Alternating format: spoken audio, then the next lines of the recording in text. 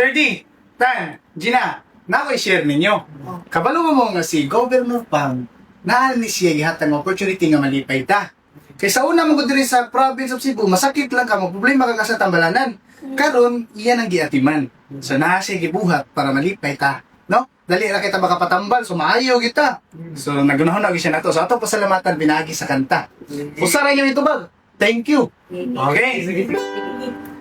Pambari 4, salamat sa tanan. Thank you! Pambari 4, salamat sa tanan. Thank you! O salamat kaayo sa imuhang kaayo bari 4, salamat sa tanan. Thank you! Ang atong gobernador aw dagi pasagdaan, ang ato ang kalusugan iya pong giatiman. Kung sa una maglisod tamang itagtambalanan, ang mga hospital ron iyahan ang gagamitan. Sa mga facilities nga usahay kuwang-kuwang, karon di na ta magmahay kay iyang pasubrahan. Ihi ug magyutan niya watagi pasagdaan, pinaagi ning kantaha atong pasalamat at pambari 4, salamat sa tanan. Thank you! Pambari 4, salamat sa tanan. Thank you! O salamat kaayo sa imuhang kaayo bari 4,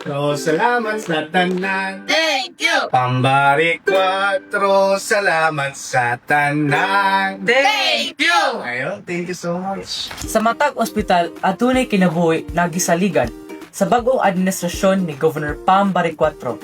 Daghan kaayong kalambuan ang nahitabo sa healthcare services sa Sugbo. Mas gipalambo ang pag-atiman sa panglawas sa tanang Subuanon.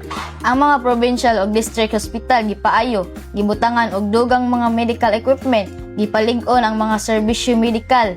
Di kalidad na ang pag-atiman sa mga pasyente nga dili na kinahanglan moadto pa sa syudad aron maatiman.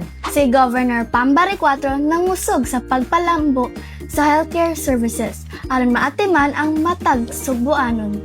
Sa bag-ong liderato, hayag ang paglaom ug ang pag-atiman sa katawhan.